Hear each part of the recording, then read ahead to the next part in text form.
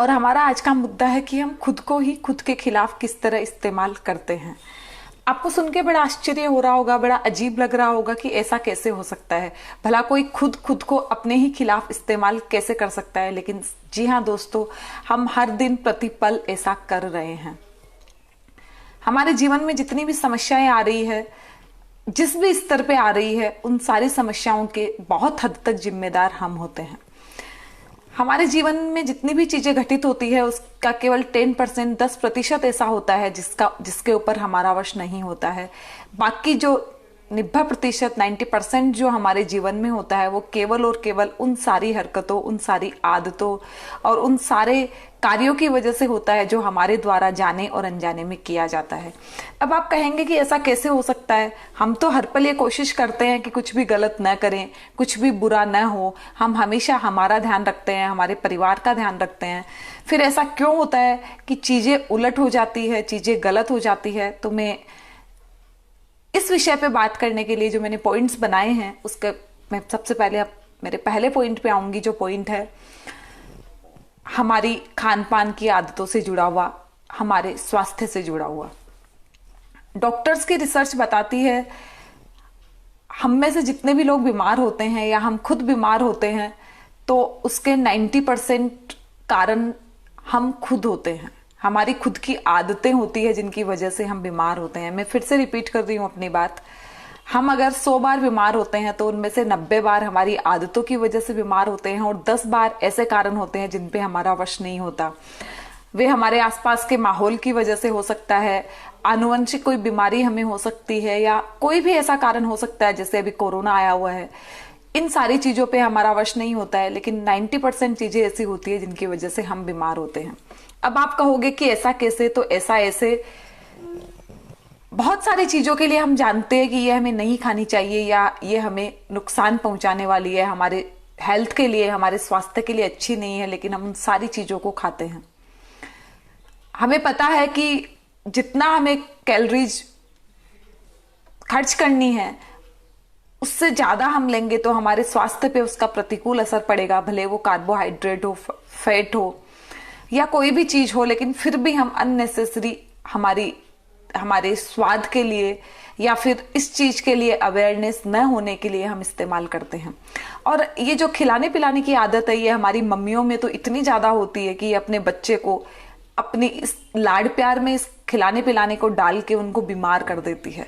हमारे यहाँ बहुत सारे केसेस में ऐसा होता है कि हम बच्चों की परवाह उसके खाने पीने से जोड़ते हैं और उसको ठूस ठूस के खिलाते हैं। वो जितना नहीं खाना चाहता है उतना हम खिलाते हैं, और कई कई बार तो हम इस वजह से उसकी जो फूड हैबिट होती है या उसकी भूख होती है उसको भी हम बढ़ा देते हैं। जब हम छोटे थे तो मेरे दादाजी कहा करते थे, जित्तो खावे बित्ती भूख, जित्तो सोवे बित्ती नींद। अब मैं नहीं जानती इसमें सच कितना है, लेकिन मैं ये जरूर जानती हूं कि अगर आप पर्टिकुलर अपने खाने की आदत, जितना आपको आपकी हेल्थ को चाहिए उससे अधिक जब आप खाने लग जाते हो तो आने वाले समय में ऐसा होता है कि उतना ही खाना आपकी जरूरत हो जाती है। वैसे ही जैसे जितने घंटे आप सोने लग जाओ उतनी ही आपकी डिमांड आपकी बॉडी की हो जाती है। तो यही चीज खाने के साथ होती है, हमारी भी उतना ही खाने की आदत हो जाती है। अब सिचुएशन ऐसी होती है, हालात ऐसे होते हैं कि वो खाना हम हजम नहीं कर पाते हैं। वो खाना हमारी जितनी कैलोरीज हम वेस्ट कर रहे हैं, जितनी एनर्जी हमें चाहिए उससे कहीं ज्यादा होता है, तो वो फिर हमारी बॉडी पे जमा होने लग जाता है। और एक दिन ऐसा होता है कि हम बीमार होने लगते हैं क्योंकि वो अनावश्यक भार हमारे शरीर पे जमा होते जा रहा है। किसी ने बहुत अच्छी लाइन कही है कि जब तक हम हमारे खाने को मेडिसिन की तरह खाते रहेंगे तब तक हमें मेडिसिन को खाने की तरह नहीं खाना पड़ेगा। लेकिन हम इस चीज पे काम ही नहीं करते हैं, इस चीज के बारे में सोचते ही नहीं है।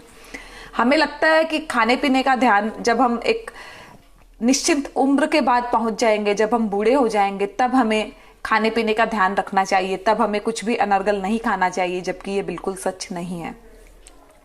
हम ये बात बिल्कुल भूल जाते हैं कि ये जो हमारा शरीर है ये एक मशीन है, ये मशीन की तरह काम करता है। इस मशीन को हम जितना संभाल के रखेंगे, जितना सहेज के इसको रखेंगे, उतना ही ये मशीन अच्छी चलेगी। अगर किसी मशीन में जरूरत से ज्यादा तेल और ईंधन दे दिया जाए तो वो मशीन आने वाले समय में खराब हो जाती है, वो काम नहीं करती। वैसा ही कुछ हमारे शरीर के साथ होता है।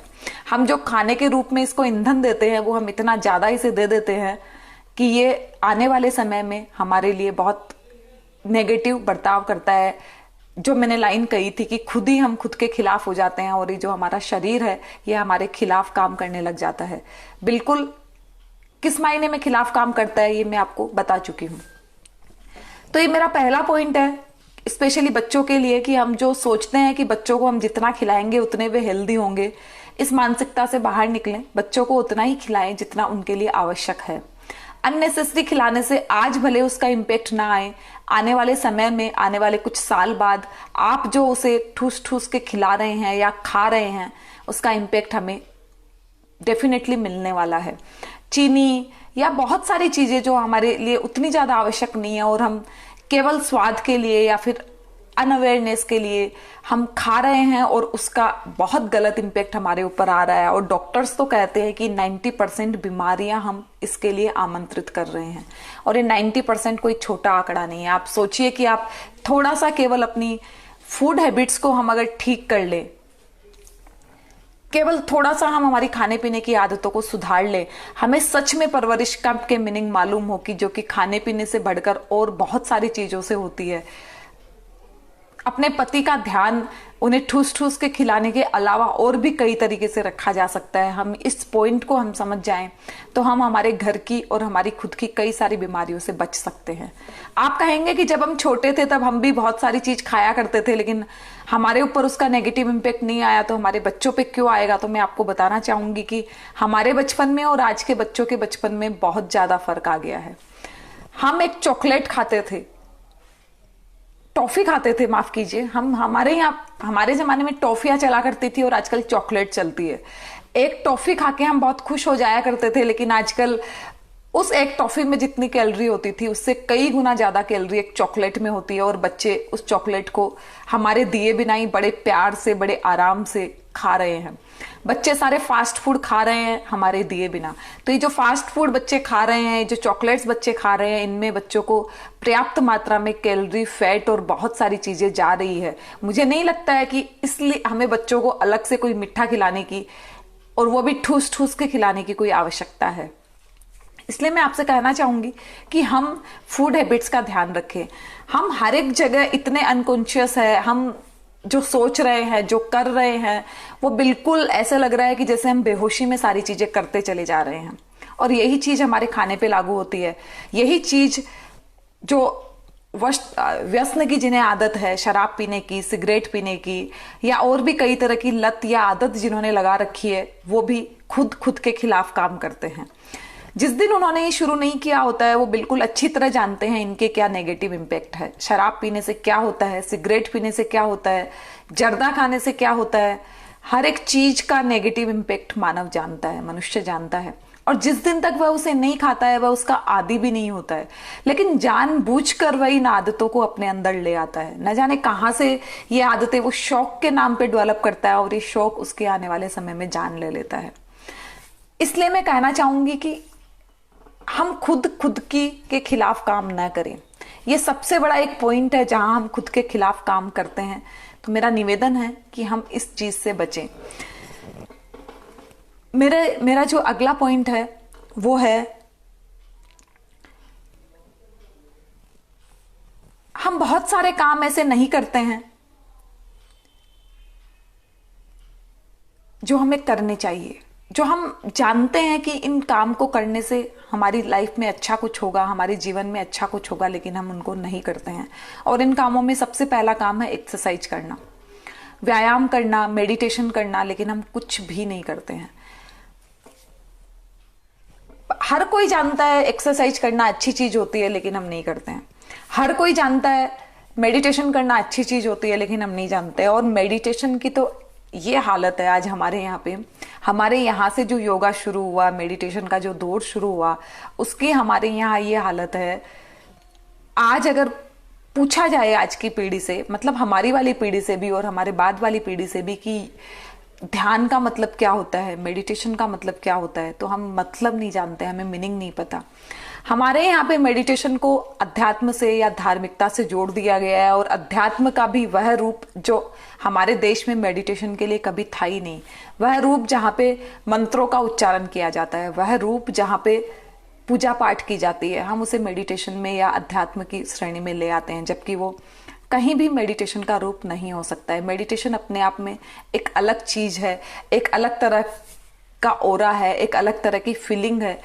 उस फीलिंग में डूबने के बाद, उस फीलिंग में जीने के बाद हमारे जीवन के जो मायने बदलते हैं, वो मुझे नहीं लगता है कि किसी भी मंत्र का उच्चारण करने में या कोई भी पूजा पाठ करने में हमें वो वाली शांति, वो वाला सुख मिलता है। क्योंकि हम जो धर्म करते हैं वो हम आदत के लिए करते हैं। जो आदमी हर दिन मंदिर जाता है, मुझे नहीं लगता है कि उसके मन में भगवान के लिए अपार आस्था, अपार विश्वास, ये सारी की सारी चीजें प्रतिपल रहती है। वह उसकी एक आदत हो गई है, और अगर वह आदत पूरी नहीं हो, वो आदत वैसी ही है जैसे हमें कोई भी और कोई दूसरी चीज की आदत है। उसी तरह से मंदिर जाने को भी हमने आदत बना लिया है, और वो मंत्र उच्चारण और पूजा पाठ करना भी उसी आदत की श्रेणी में है। वही आदत कि कोई भी ड्राइवर अगर गाड़ी में म्यूजिक न चले तो गाड़ी ढंग से नहीं चला सकता है, क्योंकि उसकी आदत हो जाती है कि जब भी वो ड्राइविंग करता है उसे साथ में म्यूजिक चाहिए। तो हमारे ये कि हमने आदत बना ली है कि सुबह उठते ही हम 1 घंटा पूजा पाठ करेंगे, और वो पूजा पाठ में हम रटी रटाई प्रार्थनाएं बोलते हैं, रटे रटाई मंत्र बोलते हैं। हमारे दिमाग को वो शांति नहीं मिलती जो मेडिटेशन से या फिर इस तरह की चीजों को करके मिलनी चाहिए, क्योंकि हमारा वहां ध्यान ही नहीं जाता है। वो इतनी रटी रटाई चीजें हैं कि दुनिया के जितने भी आडंबर है, दुनिया के जितने भी परिग्रह है, वो सारे हमारे दिमाग के आसपास घूमते रहते हैं। तो मैं आपसे कहना चाहूंगी कि हम इस तरह से खुद ही खुद के खिलाफ काम न करें और इन सारी चीजों को अपने जीवन में इस्तेमाल करें। दूसरा पॉइंट मैं बताना चाहूंगी कि हम कई बार दूसरों को खुश रखने के लिए अपने खिलाफ बहुत सारे काम करते हैं, और महिलाएं तो विशेष तौर पे इसमें सिद्धस्त होती है। महिलाओं के हिस्से में तो ये वाला पार्ट सबसे ज्यादा आता है कि वो अपनी हेल्थ की, वो भले मेंटल हेल्थ हो और वो भले वो फिजिकल हेल्थ हो, दोनों की ही परवाह नहीं करती, और खुद के लिए गड्ढा आए दिन खोदती रहती है। और वो किस तरह से गड्ढा खोदती है मैं बताती हूँ आपको। मैं एक रियल एग्जाम्पल आपके साथ शेयर करती हूँ जो मेरा खुद का है। मेरी मम्मी को अस्थमे की प्रॉब्लम है। मैं आपसे एग्जाम्पल इसलिए शेयर नहीं करना चाह रही हूं कि मैं आपसे कोई सिंपैथी बटोरना चाहती हूं। मैं अपना एग्जाम्पल आपको इसलिए देना चाहती हूं कि किस तरह से हम हमारे खिलाफ नेगेटिव काम करते हैं, और मैं क्यों आपको बताना चाह रही हूं कि जो प्रॉब्लम मैं फेस कर रही हूं वो आप लोग ना करें, इसलिए मैं आपसे एग्जाम्पल शेयर कर रही हूं। मेरी मम्मी को दमे की प्रॉब्लम है, मेरे दादाजी को भी दमे की प्रॉब्लम थी। बचपन से हमने धूल मिट्टी का बहुत ज्यादा काम नहीं किया, जो बारीक धूल मिट्टी का काम होता था, क्योंकि हमें उससे दिक्कत होती थी। मैंने, मेरी बड़ी बहन ने, हमने किसी ने नहीं किया। मैं जब शादी होके मेरे ससुराल आई तो हमारे यहाँ पे गल्ला माल का काम है। जहां पे गोदाम था वहीं पे घर था, घर और गोदाम आगे पीछे था। तो हमारे यहाँ पे मैं जब शादी होके आई तो मेरी जो मम्मी जी थे, मेरी सासू माँ थी, उन्होंने मुझे आदेश दिए कि मुझे हर दिन ये जो गैलरी, जो हमारा ट्रेन जैसा घर था, पूरा लंबा घर था, ये वाला घर नहीं, पुराना वाला जो घर था, कमरे थे उसके आगे बहुत खुली जगह थी और उसके पहले गोदाम था, कि मुझे सुबह उठते ही पूरे के पूरे जो दालान था उसमें झाड़ू लगानी है। मुझे कोई दिक्कत नहीं थी झाड़ू लगाने से, मैंने झाड़ू लगाना शुरू किया। लेकिन जिस दिन मैंने पहले दिन वहां झाड़ू लगाई, उसी दिन मुझे पता चल गया कि ये झाड़ू लगाना मेरी हेल्थ के लिए ठीक नहीं है। क्योंकि एक तो सुबह उठना, और उसके बाद में वो जो बारीक रंज जो गोदाम से आती थी, ये जो हमारे जितने भी अन्न होते हैं उनकी जो एक पाउडर जैसी जो उनके अंदर होता है, उसकी जो महक होती है, उससे मुझे एलर्जी थी। बारीक रंज जो होती थी उससे मुझे दिक्कत होती थी और मुझे स्नेजिंग शुरू हो जाती थी। मुझे पहले ही दिन इस बात का एहसास हो गया था। लेकिन नई नवेली दुल्हन, शादी हुए कुछ दिन हुए हैं, और वो किस तरह से अपने ससुराल में ये बोल दे कि वो झाड़ू नहीं लगा सकती। ये मेंटल प्रेशर मेरे ऊपर इतना ज्यादा था कि मैं ये बात बोल ही नहीं पाई। कुछ दिन बाद मेरे हस्बैंड को इस बात का पता चला, लेकिन जैसा कि आमतौर पे होता है, जब मैं सीरियस नहीं हूं तो मेरे हस्बैंड क्यों सीरियस होंगे। उन्होंने भी इस बात को सीरियसली नहीं लिया। मैंने मेरी दीदी से कई बार इस चीज को शेयर किया कि सुबह सुबह मेरी तबीयत खराब हो जाती है। मेरी दीदी ने इवन मुझे कई बार कहा कि बबली तुम मत किया करो, तुम मना कर दो अपने ससुराल में, आने वाले टाइम में तुम्हारी तबीयत ज्यादा खराब रहने लग जाएगी। लेकिन मैंने उनकी भी नहीं सुनी, क्योंकि दीदी को भी एलर्जी की प्रॉब्लम है और वो बच के रहती है इस तरह की चीजों से, जो एलर्जी को जो क्रिएट करती है, उन सारी चीजों से मेरी दीदी भी बच के रहती है। मैं कैसे बोलूं अपने ससुराल में कि मुझे झाड़ू नहीं लगानी है, मैं झाड़ू नहीं लगा सकती। और ये डर इतना बड़ा था, डर नहीं कहूंगी मैं, इसे कहूंगी कि मैं खुश रखना चाहती थी। मैं इसको डर का नाम नहीं दूंगी। आज इतने साल बाद मैं कहना चाहूंगी कि मैं चाहती थी कि मैं खुश रख सकूं सबको। कोई मेरे लिए ये ना कहे कि मैं अच्छी बहू नहीं हूं, कोई मुझे ये ना कहे कि मुझे काम करने में जोर आता है, कोई मुझे मेरे ऊपर उंगली ना उठा सके। इसलिए मैंने इस चीज को बर्दाश्त किया।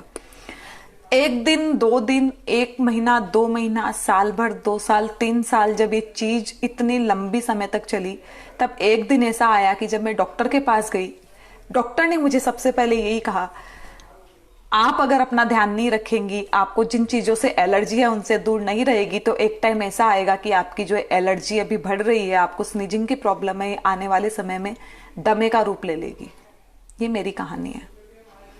ये बात है आज के बहुत साल पहले की। डॉक्टर ने मुझे ये कहा था कि आपकी ये प्रॉब्लम दमे का रूप ले लेगी, क्योंकि आपकी मम्मी को पहले से ही दमे की समस्या है।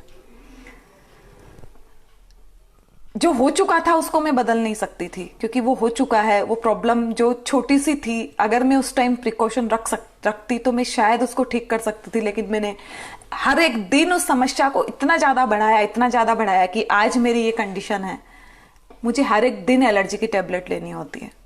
अगर मैं एलर्जी की टेबलेट नहीं लूं तो स्नीजिंग और हेडेक और ये इतनी सारी चीजें मुझे इतना अधिक परेशान करती है कि मैं रह नहीं सकती। मैं डॉक्टर्स से बात करती हूँ तो डॉक्टर्स कहते हैं कि आप बच के रहो। ये जो प्रॉब्लम एलर्जी की केवल धूल मिट्टी से थी, ये बढ़ के और बहुत बहुत बहुत सारी चीजों से अब तक फैल के एक विराट रूप ले चुकी है। इसका कारण क्या था? वो उन 10% चीजों में थी जिन पे मेरा हाथ नहीं था, जिन पे मेरा वश नहीं था, जैसे कि मेरी दीदी को भी है और भी कई लोगों को होती है। लेकिन मैंने उसको बढ़ाया, मैंने उसको बढ़ा के, जानबूझ के उस प्रॉब्लम को बढ़ा के मैंने उसको आज इतना विकराल रूप दे दिया है कि मुझे हर एक दिन टेबलेट खानी होती है, हर दिन मुझे स्टीम लेनी होती है। मैं दिन में 2 बार 3 बार स्टीम ना लूं, मैं वो टेबलेट ना खाऊं, तो मैं अपने आप को उस तरह से चला नहीं सकती जिस तरह से मैं चलाना चाहती हूँ, या जितने घंटे में काम करना चाहती हूँ मैं नहीं कर पाती।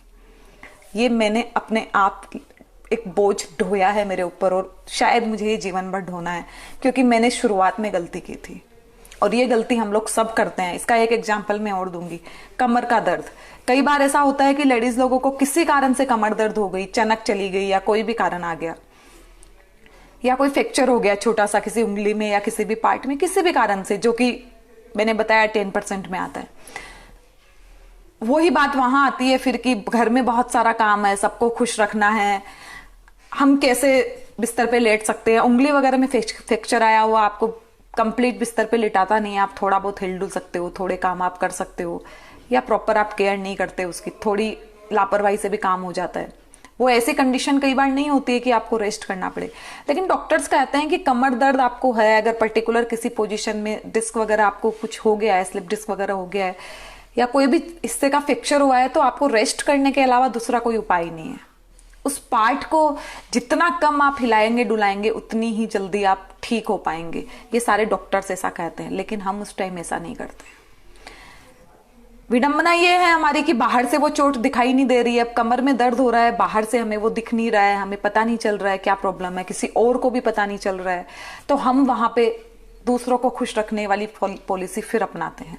फिर से हम उस हद तक काम करते हैं जहां तक हम कर सकते हैं, और कि वो जो स्लिप डिस्क होती है या कमर में चनक चली जाती है, या जिस भी कारण से दर्द हुआ था, जो दर्द 2 दिन आराम करने से ठीक हो सकता था, 2 दिन बेड रेस्ट से जो ठीक हो सकता था, वो जीवन भर हमारे साथ जुड़ जाता है, या फिर वो इस तरह से जुड़ जाता है कि समय समय पे हमें परेशान करता रहता है, क्योंकि हमने तब ध्यान नहीं दिया जब हमें ध्यान देना था।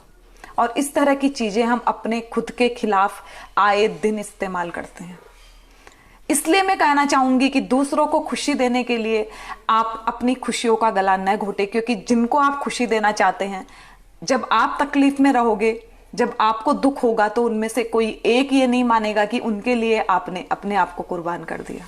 कोई एक आपके सामने आके नहीं कहेगा कि ऐसी ऐसी परिस्थितियां थी इसलिए ये बीमारी इतनी बढ़ गई, वरना न बढ़ती। कोई नहीं कहता है आपको आके ये बात। हर कोई यही कहेगा कि जब दिक्कत थी तो आराम क्यों नहीं किया, जब दिक्कत थी तो बताया क्यों नहीं।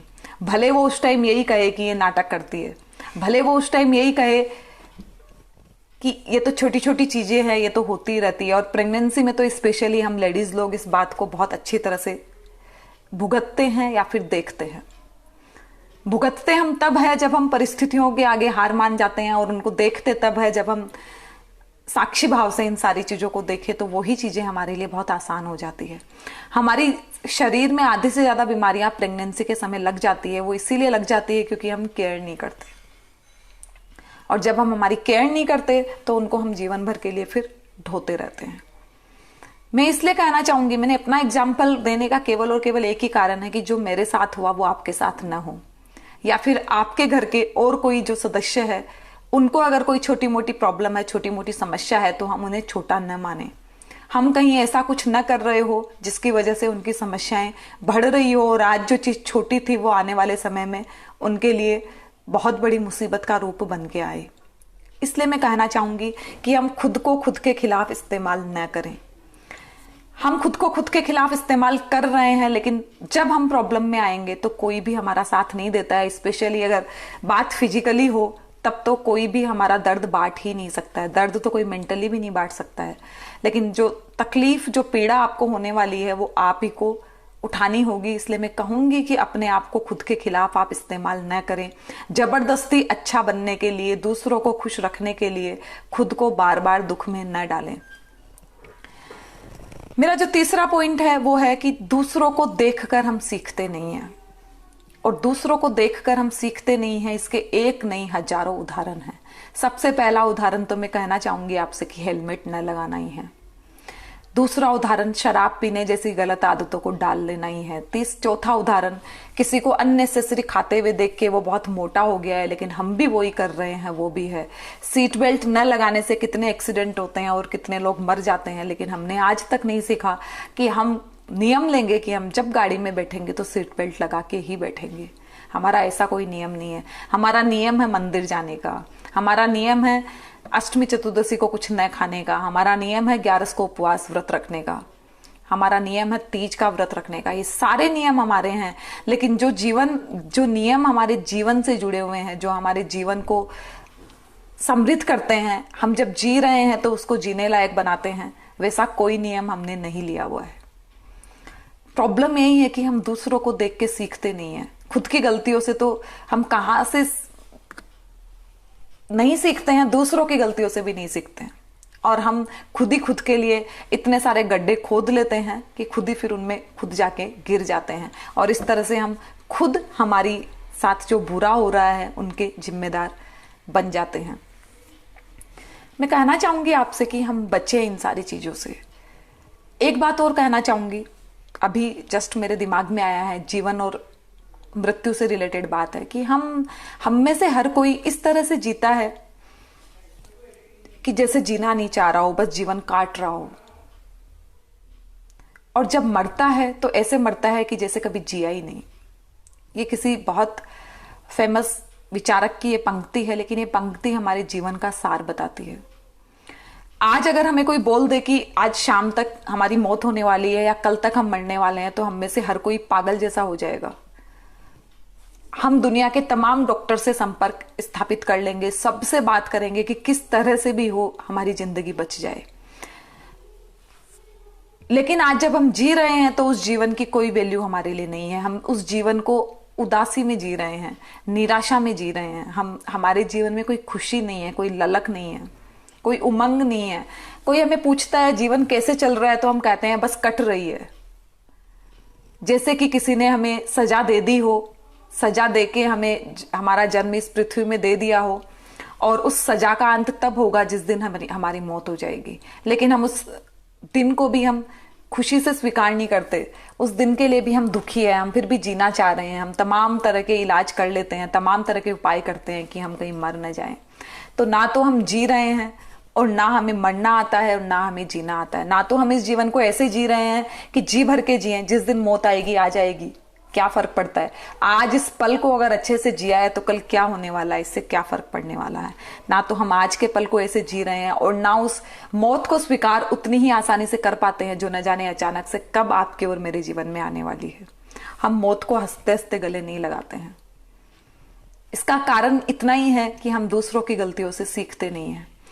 दूसरों की गलतियों से जब नहीं सीखते हैं, खुद ही खुद के खिलाफ जब हम काम करते हैं, तो हमारा जीवन हमारे लिए अपने आप बोझ बन जाता है। और हमें खुद के जीवन को खुद के लिए बोझ बनने से जितना हम बचा सके उतना हम बचाएंगे तो हमारा जीवन उतना ही अच्छा और समृद्ध होता चला जाएगा।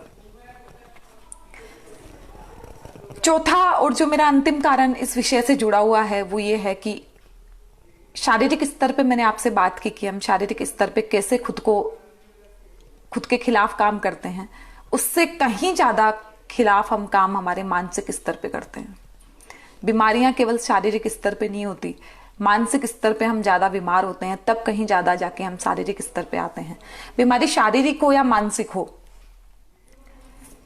केवल उसका 10% हमारे हाथ में नहीं होता है। उस 10% पे हम जो रिएक्ट करते हैं उससे हमारा 90% डिसाइड होता है।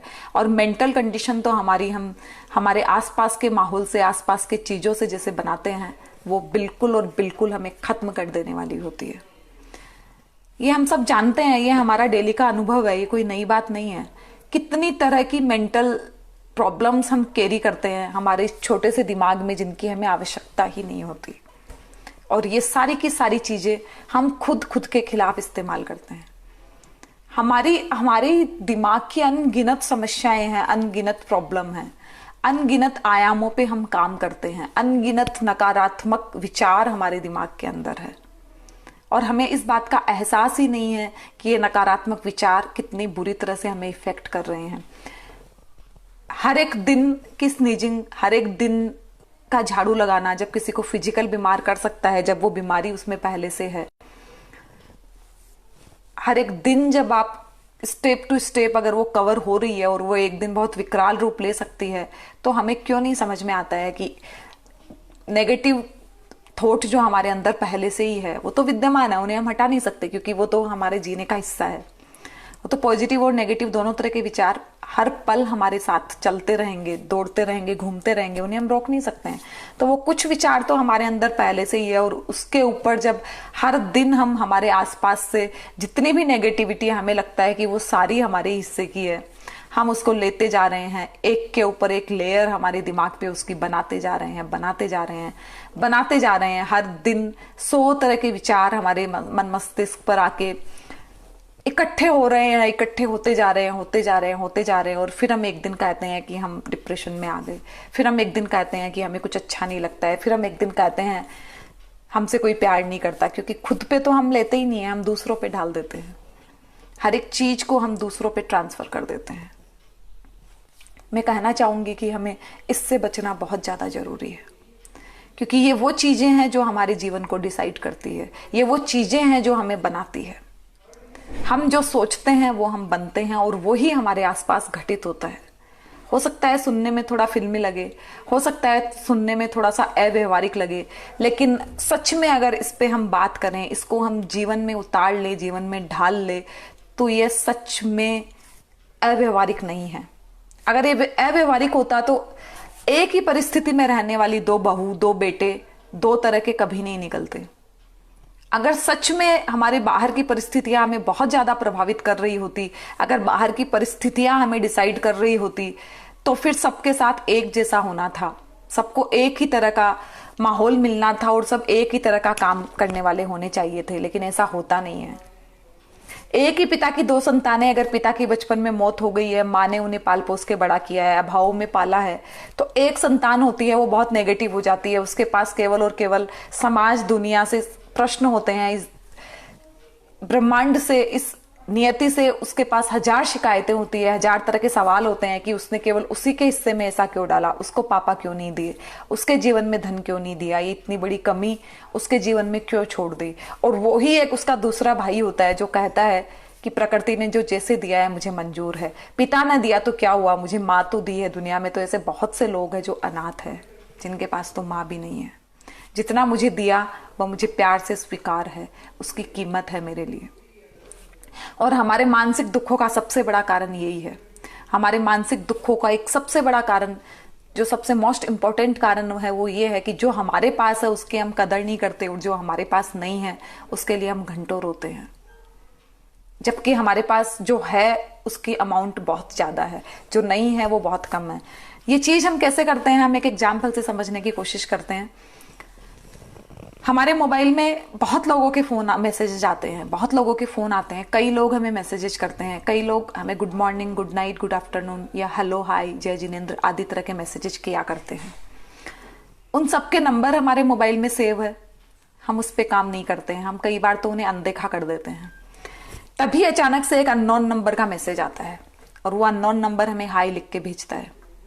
हमें नहीं मालूम वो नंबर किसका है, हमारा पूरा का पूरा ध्यान उस नंबर की तरफ आकर्षित हो जाता है, हमारा सारा ध्यान उस नंबर की तरफ आकर्षित है। हमारे मन में प्रतिपल ये विचार घूमते रहता है कि ये किसने हमें हाय लिख के मैसेज भेज दिया। हम जिन्हें जानते थे वो 100 लोगों के मैसेज अनरीड पड़े हैं, 100 लोगों के मैसेज हम अनदेखे कर रहे हैं जिन्हें हम जानते थे, जिन्हें हम पहचानते हैं, लेकिन एक अननोन नंबर आया और हम पूरा का पूरा ध्यान हमारा उस तरफ चला गया। और हमारा जीवन भी ऐसा ही है। जिन चीजों से हम जुड़े हुए नहीं हैं, जिन चीजों से हमारी जिंदगी डिसाइड नहीं होती है, जिनसे हमें कोई लेना देना नहीं होता, उन चीजों पे हम हमारे दिमाग को घंटों लगाते हैं। जिन चीजों से हमें मतलब है, जो हमारे काम की है, उनकी तो हमारे लिए वैल्यू ही नहीं है। उन्हें तो हम ऐसा समझते हैं कि ये हमें तो मतलब हमारा जन्मसिद्ध अधिकार था ये सब प्राप्त करना, इसलिए हम उनकी वैल्यू ही नहीं करते, कद्र ही नहीं करते और उस चीज के पीछे भागते चले जाते हैं जो हमारी नहीं थी या फिर जिनसे हमारा कोई लेना देना नहीं है। हम हर दिन ऐसा करते हैं। एक बहुत सुंदर उदाहरण है, आप सबने भी सुना होगा। एक टीचर थी, उसने अपने बच्चों को एक निबंध लिखने के लिए बोला, एक पेपर दिया, उस पर एक बिंदु बनी हुई थी और बोला कि आपको इसके ऊपर निबंध लिखना है। उन्होंने वो पेपर दिया सारे बच्चों को और कहा कि आपको इस पे निबंध लिखना है।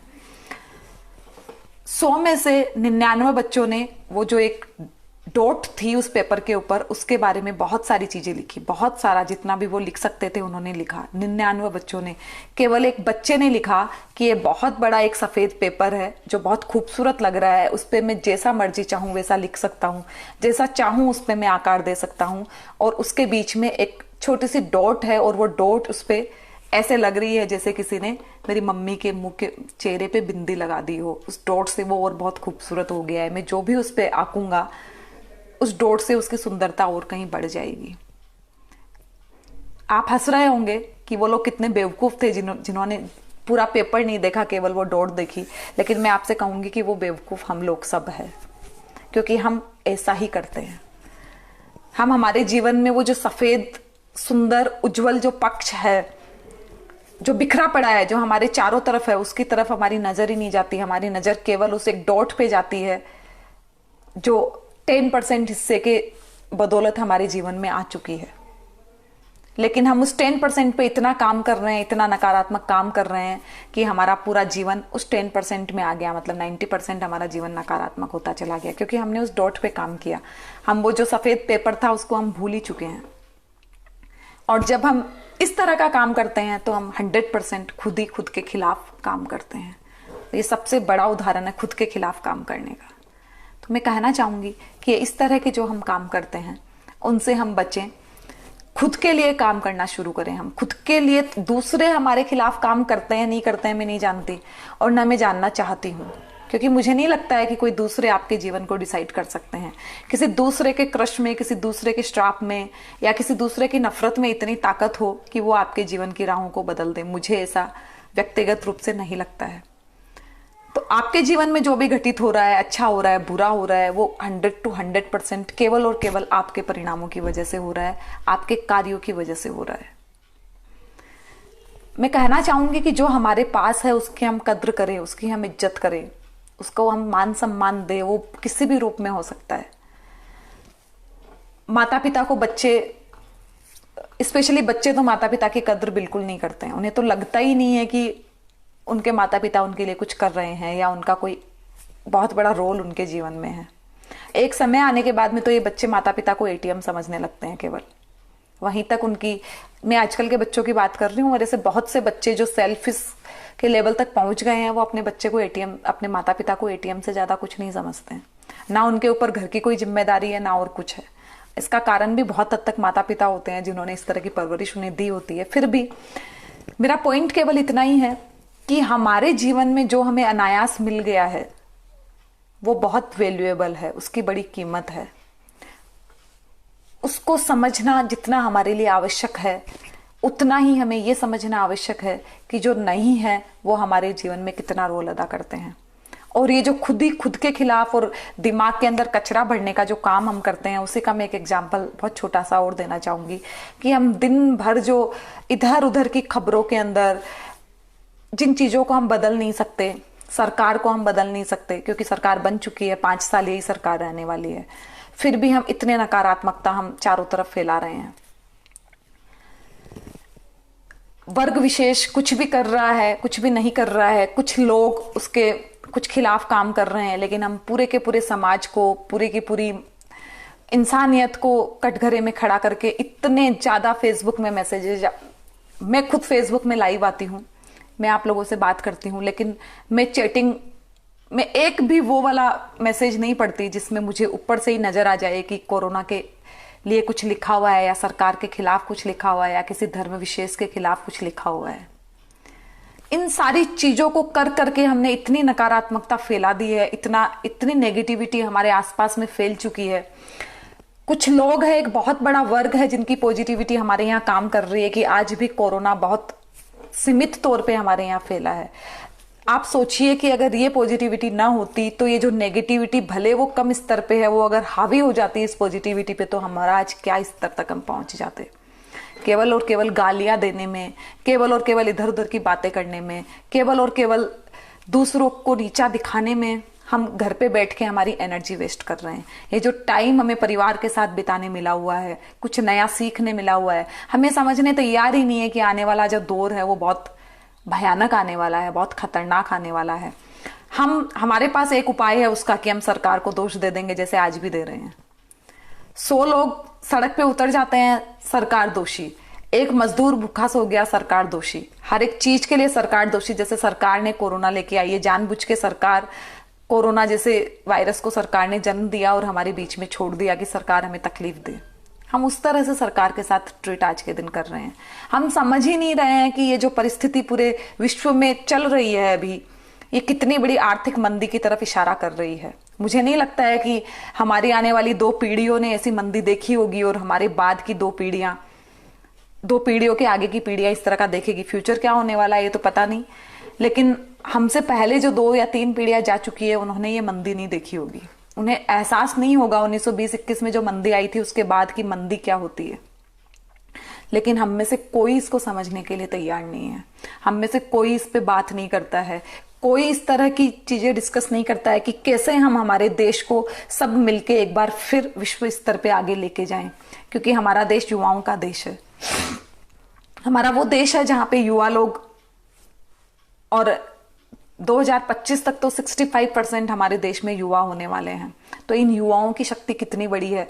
अगर ये खुद ही खुद के खिलाफ अपनी शक्ति को इस्तेमाल न करे तो वो युवा वर्ग जिन्हें देश के बारे में सोचना था, वो केवल और केवल विरोध में खड़ा हो रहा है, अनर्गल बातें कर रहा है, नेटफ्लिक्स में मूवीज देख के समय काट रहा है, सारे तरह के एंटरटेनमेंट के नाम पे घंटों एंटरटेनमेंट चल रहा है। कोई किस तरह एंटरटेनमेंट कर रहा है, कोई कैसे कर रहा है, और ये सारा का सारा एंटरटेनमेंट जरूरत से ज्यादा, पहले भी कहा था आज फिर कह रही हूं, लाफ की भी, अगर हंसी की भी, मजाक की भी अगर ओवरडोज हो जाए। हंसना हमारे लिए अच्छा होता है, हंसने को मेडिसिन बताया जाता है, लेकिन जब मेडिसिन कोई भी हो उसकी जो ओवरडोज हो जाती है वो हमारे लिए बहुत खतरनाक होती है। तो हमें हर एक चीज का संतुलन बनाना आना बहुत आवश्यक है, और जब संतुलन गड़बड़ाता है तब हम हमारे खिलाफ काम करना शुरू कर देते हैं। तो मैं निवेदन करना चाहूंगी आपसे कि हम ध्यान रखें इन सारी चीजों का, और कम से कम खुद को खुद के खिलाफ इस्तेमाल जितना हम कम कर सके उतना हम कम करें, तो हम बहुत आगे तक बढ़ सकते हैं।